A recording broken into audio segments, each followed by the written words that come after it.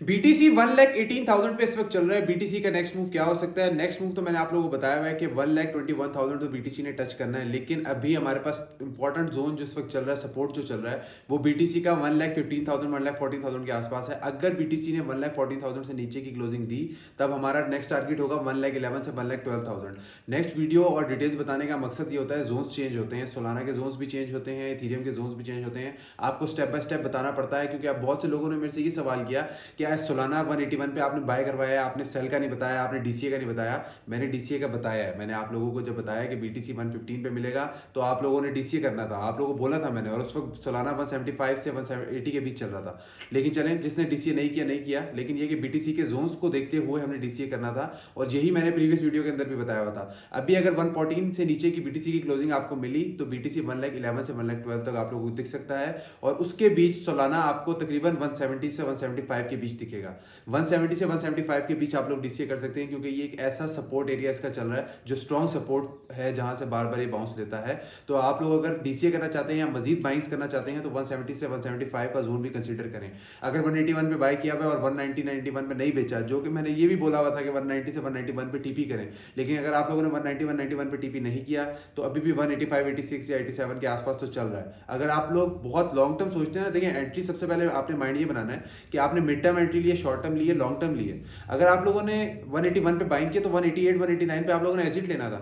अगर आप लोग ये कहते हैं कि नहीं यार हम लोगों ने लॉन्ग टर्म लेनी है, तो फिर आप लोगों को डीसीए भी बहुत नीचे जाके होंगे। ये नहीं होगा 181 से आप लोग 171 पे डीसीए करेंगे या 161 पे, फिर आप लोगों की डीसीए रेंजेस भी बहुत नीचे जाके आएंगी। ये जो मैं मार्केट अपडेट से ये बता रहा हूँ, इसके अंदर मैं ज्यादातर शॉर्ट टर्म और मिड टर्म वालों को बताता हूँ। जैसे कि 181 पे एंटर हुए, इनकेस डिप नजर आया 171 से 175 की जोन के अंदर हम बाय करेंगे, और उस डीसीए से अगर हमें पंप शो हो गया तो हम एग्जिट लेंगे। अदरवाइज मैं आप लोगों को बताऊंगा मार्केट से एग्जिट लेना है। तो बहुत चीजें जो चीजें मैं जिस तरह बता रहा हूँ, कोशिश करें उसको एज इट इज फॉलो करें। अच्छा, इथीरियम का 3500 का एरिया जो है वो आप लोग समझ लें स्ट्रॉन्ग है। इथीरियम 3500 से नीचे की अभी क्लोजिंग देता है, तो आपको 3100 तक इथीरियम इजीली दिख सकता है। लेकिन मैं आप लोगों को ये भी बता चुका हूँ कि जब तक इथीरियम मेरे टारगेट तक नहीं पहुंचता, जो कि $3,900 है, जब तक इथीरियम $3,900 पे नहीं पहुंचता, हर डिप आपके लिए अपॉर्चुनिटी होगा। $3,900 टच करेगा ही करेगा इथीरियम। और अगर आप लोगों को लगता है कि यार मिस ना हो जाए, ये ना हो जाए, मैंने आप लोगों को 35 से 3600 के बीच पिछली वीडियो के अंदर बाइंग दी थी। आधे से ज़्यादा लोगों ने, बहुत से लोगों ने बाइंग कर ली, लेकिन बहुत लोगों ने मुझे मैसेज करके ये पूछा है कि यार टीपी क्या है, एग्जिट क्या है। लेकिन $3,900 जो है वो मेरा टीपी है। $3,900 पे मैं एग्जिट लूंगा। उसके बाद मैं नेक्स्ट जोन्स फॉलो करूंगा। अगर मुझे समय लगती हुई तो मैं दोबारा एंटर हूंगा, वरना मैं इथेरियम से थोड़ा सा गैप करूंगा। लेकिन इसका मतलब ये नहीं है कि आप लोग भी एज इट इज फॉलो करें। आप में ज़्यादातर लोग वो हैं जो 5-10 इन्फ्लुएंसर्स को फॉलो करके मुझे क्वेश्चनिंग कर रहे होते हैं कि यार अब हम क्या करें, फलाना ये कहा था, फलाना वो कहा था। देखें, इतने ज़्यादा लोगों से पूछेंगे तो कंफ्यूज हो जाएंगे। आप लोग सिर्फ एक्यूरेसी देख लें कि किस बंदे की लास्ट 10-20 अपडेट्स जो है वो ठीक हैं। अगर उसकी 10-20 अपडेट्स के अंदर आपको फायदा हुआ है, उसकी अपडेट्स से आपको लगा है कि यार ये अपडेट्स ठीक हैं, तो आप लोग उसको फॉलो करें। अदरवाइज उसको फॉलो ना करें। ये ना मत बोलें कि उसने ये कहा, उसने वो कहा।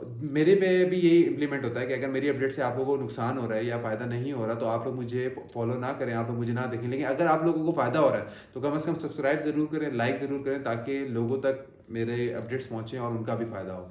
और दूसरी चीज़ ये कि अगर आप लोग, आप में से बहुत से लोग मेरे से ओपी के बारे में पूछ रहे थे, आर्बिट्रम के बारे में पूछ रहे थे, और पोल के बारे में पूछ रहे थे। कॉइन, कोई भी कॉइन जिसके अंदर आप लोगों ने इन्वेस्ट करना है, आप लोग इन्वेस्ट करने से पहले सिर्फ ये चीज़ फोकस किया करें कि उसकी डाउन साइड कितनी है। आप लोग सिर्फ अपसाइड देख रहे होते हैं। नो डाउट इन तीनों कॉइन्स के अंदर अगर रैली आती है, तीनों बहुत शूट कर सकते हैं, वो है। लेकिन अगर रैली नहीं आती तो तीनों बहुत नीचे जा सकती हैं। ओपी, आर्बिट्रम, पोल।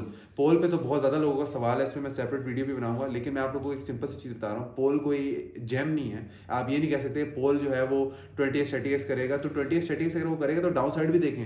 अगर मार्केट गिरती है, बीटीसी 1,18,000 पे खड़ा है, अगर बीटीसी 1,90,000 या 80,000 पे आता है, तो ये आपको पोल कहाँ दिखेगा? ये पोल जो है ना खत्म भी हो सकता है, बहुत नीचे जा सकता है, बहुत ज़्यादा डाउन साइड दिखा सकता है। तो कॉइन्स स्ट्रॉन्ग्स पकड़ें। स्ट्रॉन्ग कॉइन्स के अंदर होल्डिंग होगी, हम लोगों को टेंशन नहीं होगी, हम डीसीए बहुत मतलब जो ना कॉन्फिडेंटली करेंगे। जैसे कि सोलाना कॉइन है ना, इसके अंदर डीसीए बड़ा कॉन्फिडेंटली होता है। इथेरियम कॉइन के अंदर डीसीए बड़ा कॉन्फिडेंटली होता है। हमें पता होता है कि यार इसके अंदर डीसीए करें, कोई नहीं, लॉन्ग टर्म भी पड़ा रहेगा, पैसे वापस दे जाएगा। लेकिन जो ये पोल, आर्बिट्रम, ओपी जैसे ना, ये वो कॉइन्स हैं जिनके अंदर अगर किसी ने साल पहले की बाइंग की थी, तो वो अपनी एंट्री प्राइस पे भी दोबारा नहीं पहुंचे। तो आप लोग अपनी आंखें खोल के सही से जो है ना एंट्री करें, एग्जिट लें। और दूसरी चीज़, एच बार जो मैंने आप लोगों को कॉइन दिया था, आप लोग कितना एक्सपेक्ट करते हैं? 0.235 पे मैंने आप लोगों को बोला था कि मैंने प्रीमियम में दिया। 245 पे मैंने आप लोगों को फ्री चैनल के अंदर बताया कि 245, अब वो 0.29 के आसपास चला गया। आप लोग कितने टीपी पे वो करते हैं? आप लोगों को जब मैंने बोला पार्शली क्लोज करें, उसका मतलब ये कि ऐसा ऐसा प्रॉफिट बुकिंग करें और एच बार से निकलें। अब ये बहुत ऊपर चला जाता है, जाने दें, लेकिन आप लोगों को एक चीज पता होनी चाहिए कि यार एक कॉइन 20-25% पंप हो गया, बस एनफ है। आप लोग अगर एक कॉइन से 2x 3x का गेन एकदम से चाह रहे होते हैं ना, फिर उसके अंदर डिप आता है, आप लोगों से बर्दाश्त नहीं होता। सेम एक कॉइन बार BAR मैंने अभी फ्री चैनल के अंदर दिया हुआ था, आप लोगों को पता है उसका TP1 हो चुका है। उसको TP1 पे बहुत से लोगों ने क्लोज नहीं किया, DCA तक उन्होंने किया। अब DCA करने के बाद वो बहुत जबरदस्त पंप हुआ है, लेकिन कहने का क्या मतलब है, जब TP1 हो गया तो TP1 होने के बाद आप लोगों की स्ट्रेटेजी इस तरह होनी चाहिए कि आप लोग वापस अपने प्रॉफिट को लॉस में कन्वर्ट ना करें।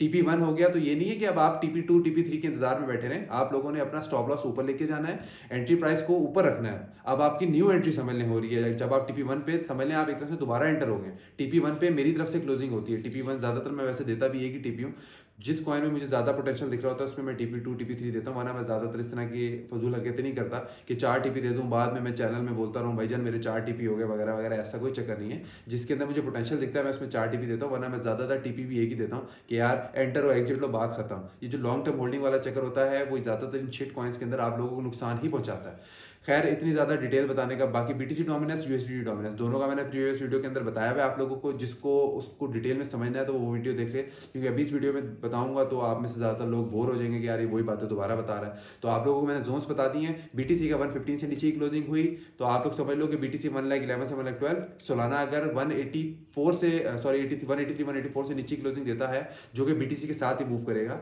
तो आप लोग समझ लो 170 से 175 के बीच आप लोगों ने सोलाना के अंदर DCA करना है।